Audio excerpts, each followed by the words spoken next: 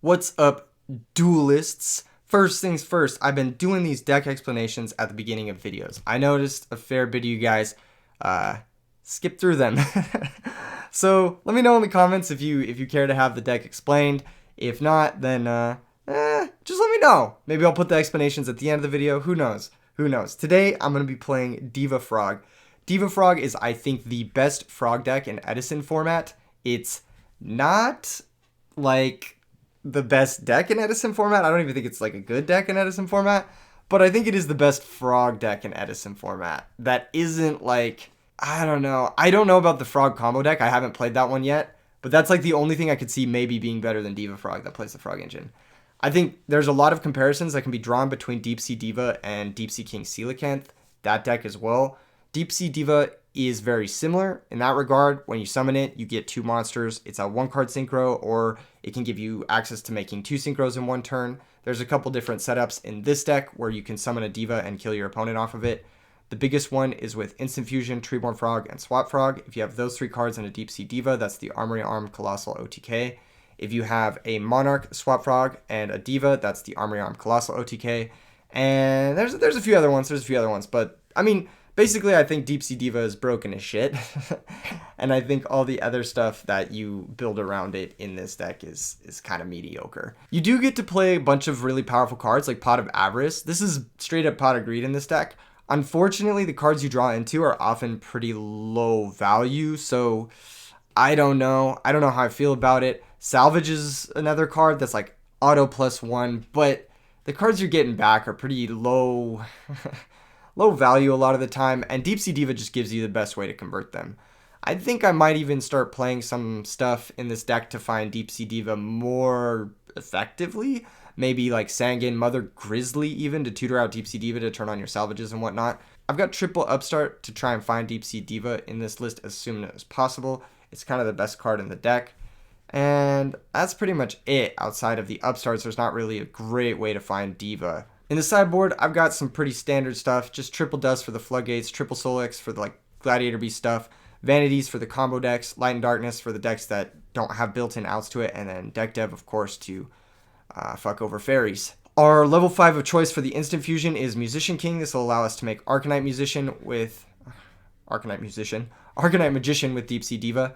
I've been thinking about playing a Fishborg Blaster in this deck. I need to test it out, see if that's something I want to do moving forward. There's a few setups that I like having Fishborg for. I'm playing two Mermaid Archers. Sometimes I play one Gilman, one Archer. I think it's more or less the same. Oftentimes you'd just rather not draw either of them if possible, but most of the time you end up drawing one or both. Got triple Enemy Controller to help maximize Deep Sea Diva. You can summon a Diva, get another Diva or an Archer, use the Enemy Controller as like a jank brain control, steal their monster and make a synchro with it.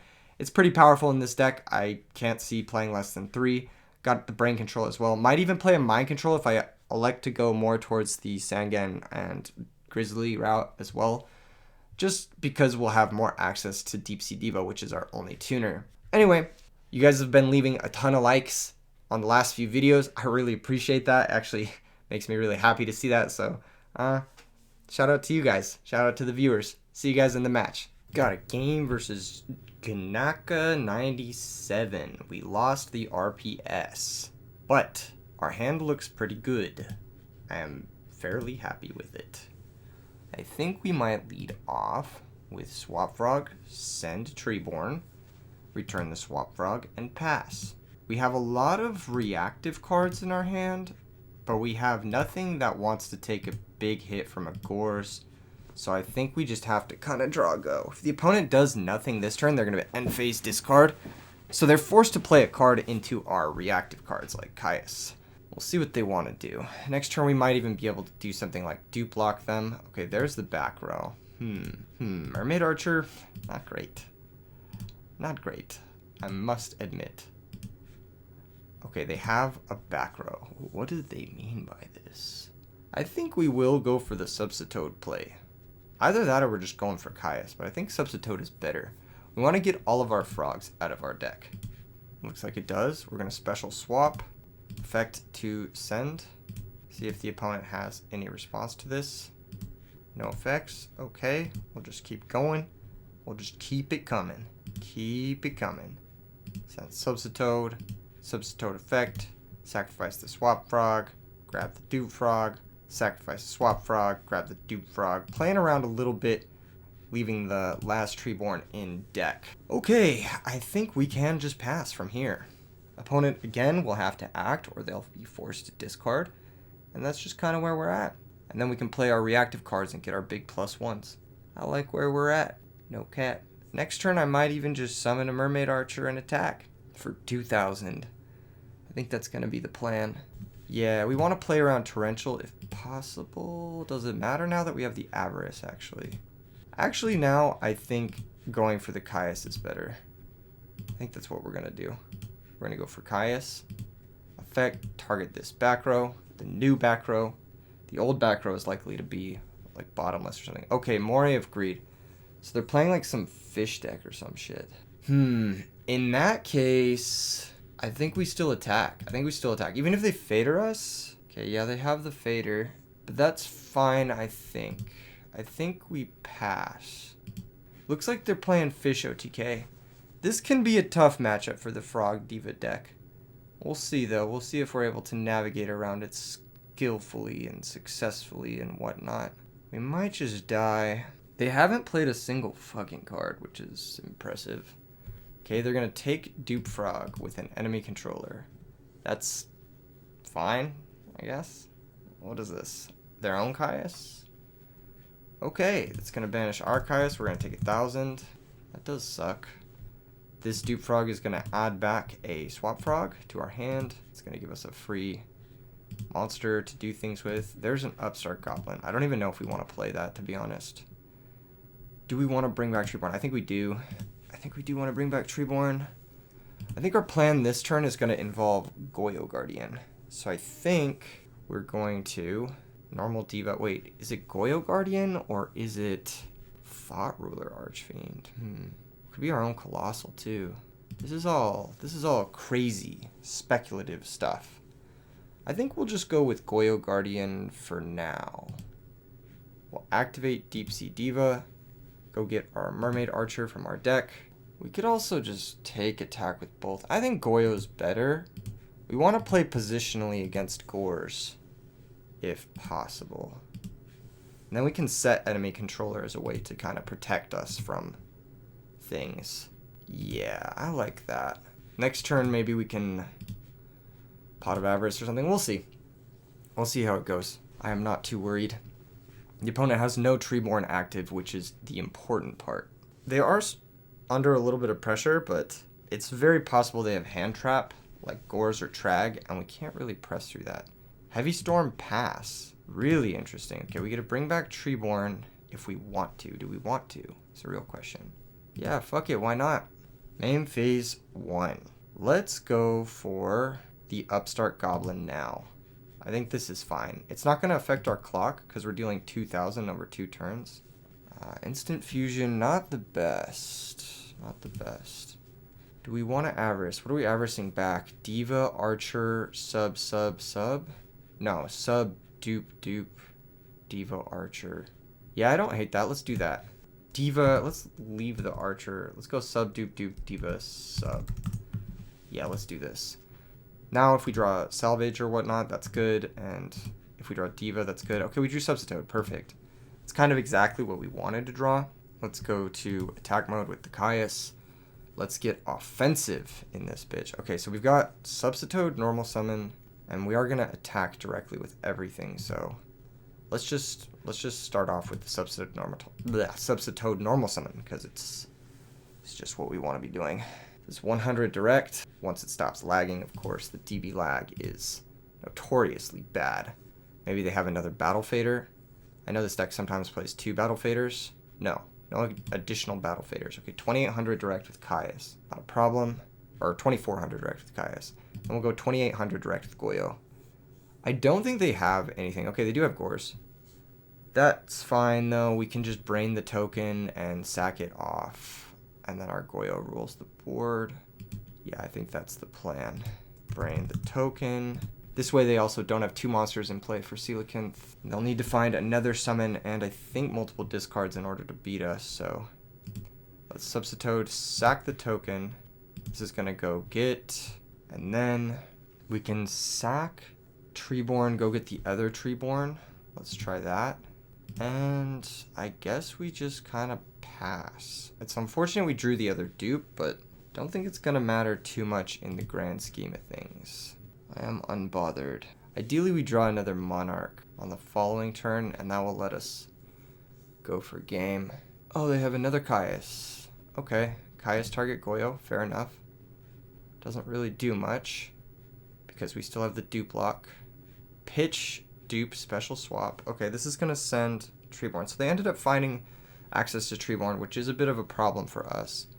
But we might be able to do something about all this. I think, are we going to be able to kill here? Need to process that. We should be able to. Diva makes Bryonic. Then we should be able to kill. And they have Gores and Fader gone.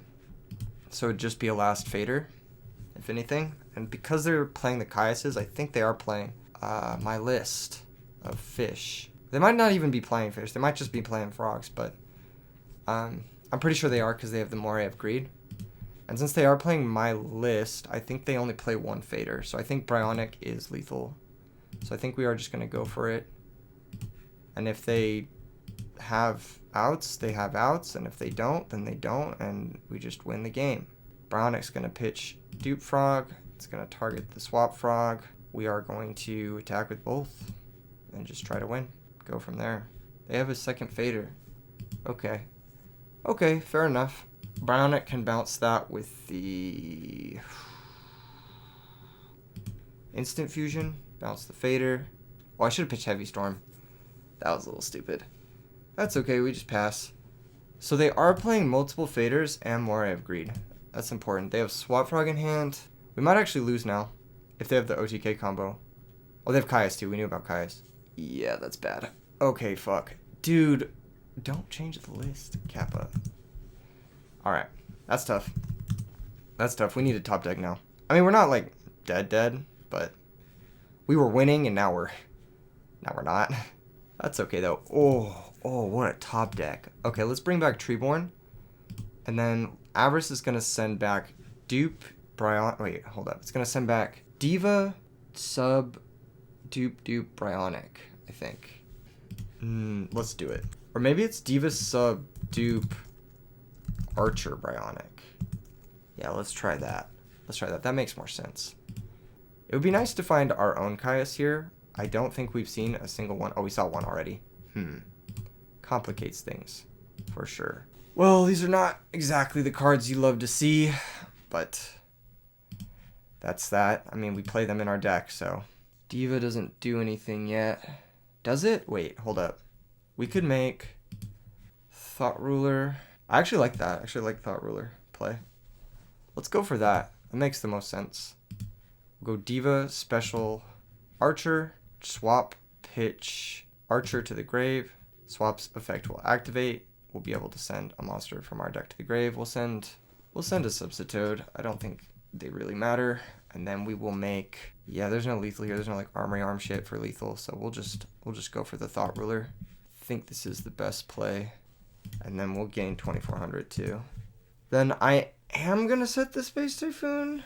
No, I'm not going to set the Space Typhoon. It's really hard for them to generate 2 tributes. They need a water, plus the swap we know they have, plus the Treeborn, plus the Coelacanth, plus the discard. But they would need to have a lot to do this. Okay, Moray is going to be activated. So they're on multiple Moray, and they are playing fish. Okay. It's good to know. That's good to know. And the swap getting shuffled back means it's going to be very hard for them to do something that generates them a second tribute, which is good. I think all of their Caius are gone, unless I'm mistaken. No, just 2 of them. How did they find room for multiple Moray, multiple Caius, multiple Fader? I wonder what they cut for all that. That's really interesting. Okay, swap effect to activate is totally fine. That doesn't really do anything. Sends Treeborn. We need to get the opponent really low so they can't Armory Colossal OTK us. That's the ideal sort of situation. Deep Sea Diva, that's great. I mean, that's just game. If we can... Oh, it's not game. Unfortunate. Unfortunate it's not game because both of our archers are in the grave. Fuck.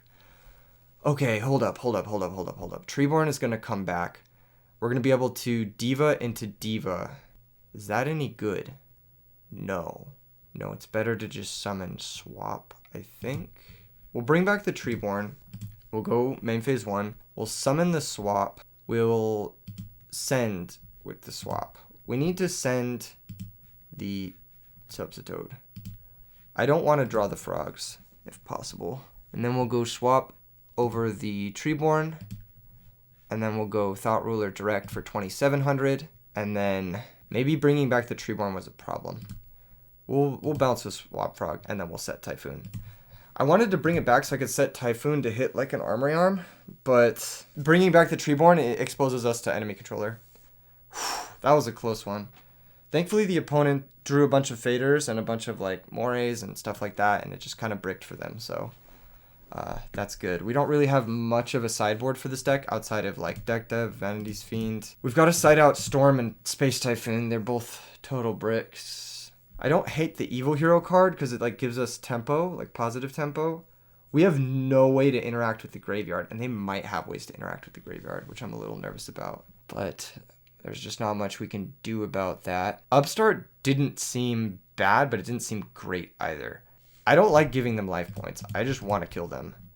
I think I might want Soul Exchanges in case they have their own vanities, which very likely they will. Soul Exchange seems to make the most sense here. And then everything else seems dandy.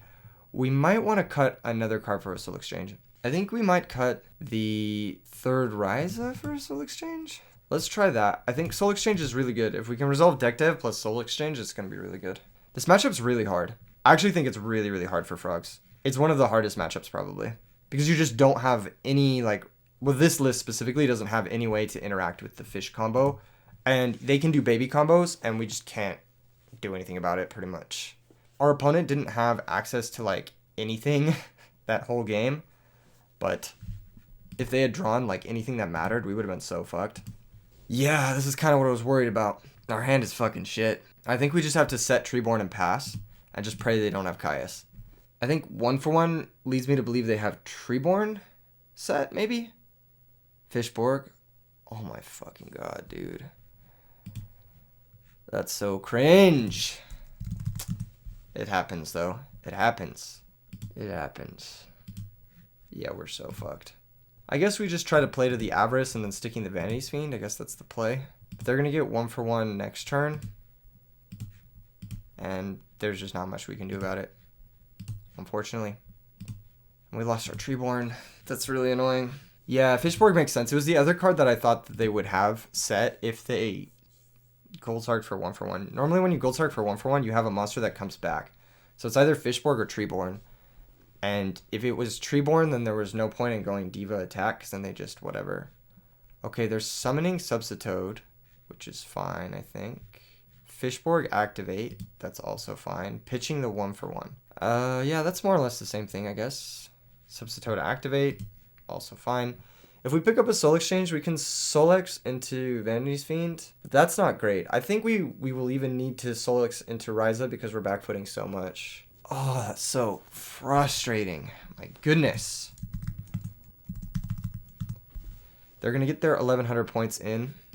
If they play this smart, they'll bring back the Fishborg one more time. No, they didn't go for triple dupe. I thought they would go for triple dupe. That's the smart play. This, I think, is a little bit weaker, but we are breaking, dude. I think we're just dead. We're going to pass and see what they do, but I'm pretty sure we're just dead. We don't have outs to this, and our hand is just bricks. It's like all Monarchs and an Avarice. There's just no way we could have got the Treeborn live. Going second. This matchup's just really tough. If you miss on getting the Treeborn engraved, you just fucking lose. I don't like matchups like this, generally speaking, and it's another reason why I never play the Frog deck, because I don't think there's like a large amount of skill to this. Yeah, and we'll just admit defeat. I don't need to see our opponent play that out. All right, going first. Do we want anything different? Maybe we cut a Soul Exchange for an Upstart. I think it's a big change. Damn, we even sided out a Ryza and still bricked on Tribute Monsters that game. Guess it's just bound to happen. Let's try this. Just hope we stick a Vanity's Fiend on the play, and hope it just wins us the game. There's the Vanities. That's a solid plan. Let's go Swap Frog, send Treeborn, and then pass. Or obviously return the Swap Frog. Not obviously, I should say. But we are going to return the Treeborn here. And then, or not Treeborn, the Swap Frog and pass. Vanities might steal this game. but they have 6 cards. They have max resources. I like to stick vanities a little bit later in the game after they have less resources. But if they set up a turn 1... Oh my goodness. They have turn 1 this. That's so broken. Ah, punished. We could have turn 1 Vanity's Fiend, and we didn't. We got punished. It's like this or play around brain control or whatnot. I guess it's not so bad. We have Caius swap, so we can go Caius, target their monster, and then bounce the Caius so we don't lose to Armory. We'll still lose to the Mistworm setup, or yeah, I think, or double arm setup. But this is the next best thing we can do. Damn, dude, that's a tilter. Opening 1-for-1. Card is really broken in this fish deck. It's really, really broken. Okay, Instant Fusion. Does that do anything for us? No, we don't have any tuners. Let's bring back the Treeborn. Let's sack it for Caius. Target a dupe. We'll pitch our Diva Frog. Let's pitch the Archer. Special swap. Effective swap to send. This will send another Treeborn to play around DD Crow. We'll attack over the dupe with Caius, and then we'll attack directly with swap. So we know they have swap in hand and 3 unknowns. They're going to get Treeborn back. There's a very good chance we just die, but there's just really nothing we could do. It was either this or just, like, put a Vanity's Fiend into play and hope they couldn't out it. But I think they have more individual outs to Vanity's Fiend than they have Coelacanths. I wonder if they wanted to bring back Treeborn there. Maybe they didn't, I guess. Interesting that they chose not to. We might actually be able to steal this. If they have a slow turn this turn, I think Vanities might win. Okay. Okay, that's really, really good. That's actually really, really good. We can now bring back Treeborn. Sack for... Ooh, do we want to do anything else first? If we sack Swap Frog for Vanities, no, we can't special after that. There's no way for us to, like, really get another monster into play outside of Instant Fusion. So I think we just sack the Treeborn. Or maybe we Instant Fusion. If I Instant Fusion, it'll get an extra monster towards Avarice. I think I want to do that. I know this is, like, a little weird, but I just want to get this extra monster in the grave.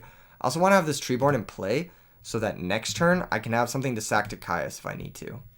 And then that way we don't have this Instant Fusion routing in our hand, and we have, like, a few other active cards. So we're going to go for 3,400 here. The opponent's on a 2-turn clock. We're going to bounce the Swap Frog back to the hand, and then we're going to pass. Maybe we shouldn't have bounced the Swap Frog. Oh, they admitted defeat. GG's. GG's, well played. We got really lucky. I wonder what was in their hand. Actually, let's take a look. Let's take a look and see what was in their hand. Let's find out. Okay, game 1. Let's fast forward. We're going to do a little bit of a post-game review here. Talk about this matchup, maybe why it's hard, maybe why it's easy, who knows. Okay, so opponent starts off this game. Oh, they have the 2 bricks that we had too.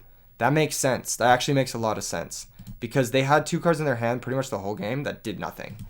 And, okay, so we start off with this. They draw enemy controller. They set enemy controller. That's a little sus. That's just a shitty hand. Again, when I played the fish deck, I cut Morays because of hands like this. Because I added the Caiuses. And Caiuses are like non-water monsters that don't couple with the Moray. This Moray is so far from being live. Like, you need to draw 2 more water monsters to even use it. And it's just a bad card, I think, in this situation. When you could just have, like, a real card instead of having the Moray and not need to reshuffle your hand. Like, I don't know. Maybe that's just... It's like, obviously it's good when you're shuffling back the fish, but when you have hands like this and you're playing the Caiuses, I think when you play the Caiuses, you need to trim on the Morays just because you brick like this. Okay, anyway, moving forward. Swap is going to send Subsitoad. Yeah, we saw all this. This is a basic frog combo. I guess I should take this time to tell you guys to like and subscribe if you haven't already. They set the Moray, banish that. They drop the Battle Fader here. They pick up another Caius. So they have double Caius, double Fader at this point. Here we did the play. I remember this play, the yugioh. But they had the counterplay, which was, of course, the Battle Fader into Caius again, I believe. I think I mis-sequenced this turn. I think this is the turn I messed up pretty bad because I board locked myself when I really didn't need to. Yeah, I think bringing back the Treeborn this turn was, like, not something I should have done. I actually should not have brought back Treeborn because then I board lock myself and I can't pitch swap and get the double dupe in play, yeah. Yeah, and there's the Caius on the yugioh, which makes sense. And then their hand was just really bad. Here I was able to make Brio. I was able to try to go for game, but they had the second Fader. Yeah, again, if you're overloading on Faders and stuff like that, you definitely don't want multiple Morays because they're just bricks. It's like you got to play one engine or another engine. I don't think you can play both. Your support cards, you really want them to interact with your actual like deck configuration. And that's one thing that I see a lot of people do is they mess up their deck by adding maybe cards that are good support cards, but with the wrong cards to support them, if that makes sense. Like this Moray, it's not great here. I haven't seen, again, the rest of this person's deck configuration, but so far we haven't seen an Oystermeister and we haven't seen Royal Swamp Eel or Metabo Shark. I think they may have cut Royal Swamp Eel or Metabo Shark. Not sure. I guess we'll find out in game 2 because you got to make room for that Fader and the extra Moray somehow. Okay, Gold Sharks for 1/1. Sets, Fishborg passes. Okay, they have double salvage as well. Interesting. So the opponent, how did they play this turn? They just sacked for Caius? How did they play the last turn? They set Fishborg. I actually don't think you want to set Fishborg there. Because if I burst out a Caius, like let's say I go Cyber Dragon Caius, you're so fucked if I don't attack. Like your hand does nothing if I don't attack. And you just have to pass. Or let's say even like I Cyber Dragon Vanity's Fiend. I guess setting it's not so bad, but it's like against Vanity's Fiend because it's just the same either way. But I don't know. I don't think you need to set the Fishborg there. But it ended up working out for the opponent. Diva gets Archer, these crash. This was such a rough draw for us. Just drew too many tributes with no action after the Treeborn got banished. Opponent drew Substitoad, and this is just gonna be game. They actually could have killed us this turn. They could have killed us this turn through Gorse. Because we were at 5,600, they could have gone Coelacanth, double Armory Colossal, and then attack direct with the Coelacanth. I would have to literally have Battle Fader, which the Diva decks don't normally play, and everything else I would die because the Armory Arms would equip to either the Colossal or the Coelacanth, whichever one you don't attack with first. And then that can run over the Gores or the Trag or whatever and then kill me because it's double burn. Yeah, they actually could have killed me this turn instead of summoning Substitoad. They could have 1/1 and then Super Ancient Deep Sea Kinged after they brought back the Fishborg as well. So this was a missed lethal from the opponent. If you are watching, it's definitely right to go for that there unless you're specifically trying to play around Battle Fader. But the issue is like if you do it this turn or next turn or the next turn, you're always going to run into Battle Fader. So doing it sooner is much better because when you do it sooner, I have less chances at seeing the actual Battle Fader that stops your kill combo. So yeah. So I think going for lethal on this turn was much better. I'm at 5,600, so any combination of Coelacanth resolving kills me, basically. You can set it up very easily to kill through Gores as well. And yeah, I brick again. Okay, we see Oystermeister. So we do know they were playing Oystermeister now. They're on multiple salvage, Oystermeister, and 1/1. Okay, cool. We're going to go to game 3 here in a second. Look at what they drew. I think it's cool to review these matches in particular. It also kind of showcases the weakness of some of the fish deck. This hand, I think this hand is quite strong from the fish deck, but we'll see how the opponent plays it because I think the opponent played it a little strange as well. So they 1/1 here. They pitch Fishborg. So they have Oystermeister in hand, right? If this card is sent from the field to the graveyard except when destroyed by battle, special summon one Oyster token. So if you tribute this Oystermeister to Substitoad, I believe you get a token. So the Oystermeister gives you double body for Substitoad. It gives you automatic card advantage. It makes up for the lack of card advantage that 1/1 is. So I think the opponent normal summons a different monster here. What do they normal summon? Do they not normal summon? This is what I'm curious about. Yeah, I don't think they normal summon this turn.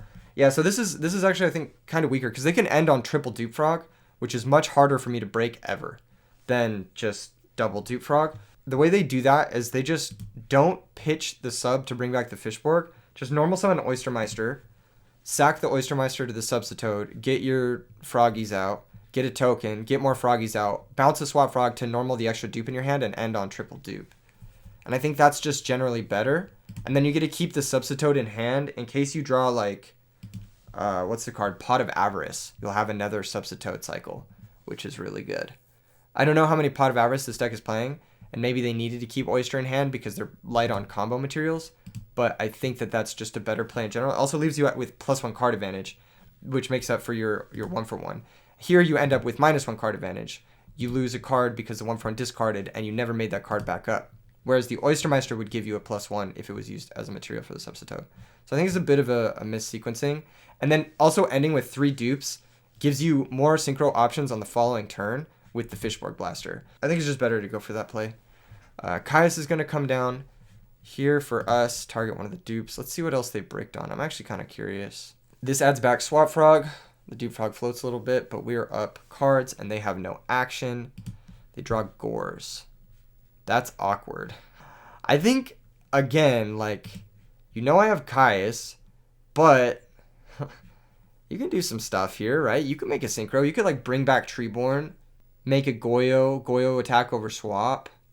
Swap, send something, you know? Like, you could do some stuff here. Like, you could actually play the game here. Whereas, like, even if they're playing, what's that card? Urbellum? They could Urbellum me here as well, too. They could do a lot of stuff here. They don't have to just pass with Gores. And this is, like, how you get fucked by Vanity's Fiend, too. And also on my turn, like, if you're just passing, I'll just keep attacking you with the frogs. If you ever drop Gores, I'll just Caius the Gores. And you're just in the same exact spot, but down at Gores. So I think you actually need to make something happen here. What I would try to do, if I was my opponent, is I would try to make an Urbellum. I'm not sure exactly if you can. Let's see. If you bring back Treeborn, you can bring back Fishborg, you can special swap, and you can normal dupe or Oystermeister. So you can definitely make a 7-star. I think, what is it? Fishborg, Treeborn, swap plus Oyster is 7 stars. So you can make an Urbellum. You can draw lock me here.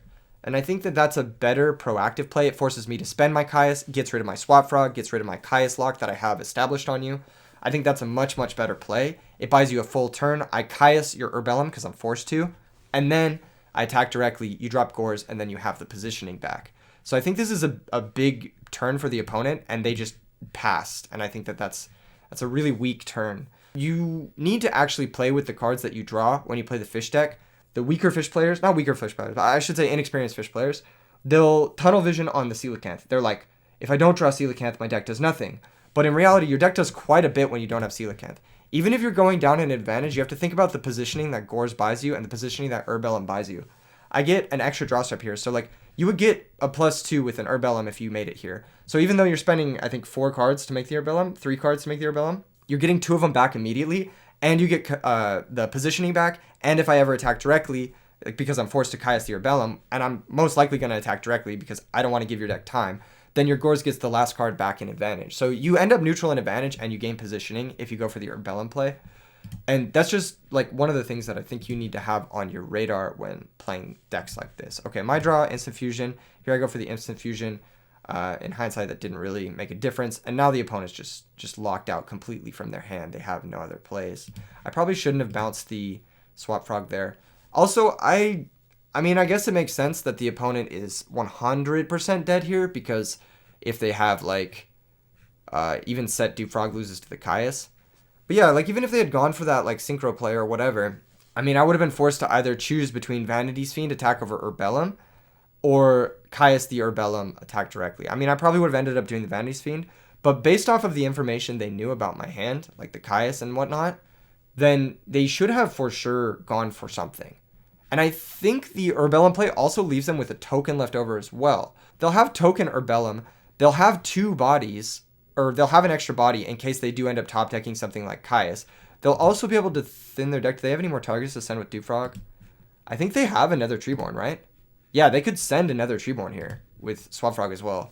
So they could actually deck thin as well on the last turn had they gone for all of that. So I think that they kind of choked there on a crucial turn that they needed to play. This is a tough matchup for the Frog deck, but if the Fish player kind of gives you free turns, then you can run them over with the Monarchs and the Vanity's Fiend. So that's one of the ways you can kind of cheese some victories in a pretty bad matchup otherwise. Anyway, hope you guys liked this video. You know, smash like, subscribe. Hopefully the post-game commentary was insightful for you guys. And E3 Yu-Gi-Oh! Signing off. Peace.